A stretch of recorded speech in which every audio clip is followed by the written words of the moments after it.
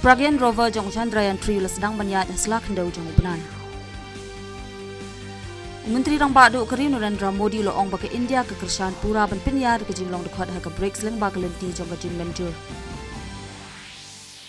High Commissioner ke India Sri Lanka Gopal Bagli lo ong bagi jing edai hepring ke India bat Sri Lanka kanang klan chushu akaliang ke jing shangan jong ke bam ke di akaliang ke boarding ha ke jing Kershan akaliang pisa pilan ber ke jing bai tingkah ke eke banle.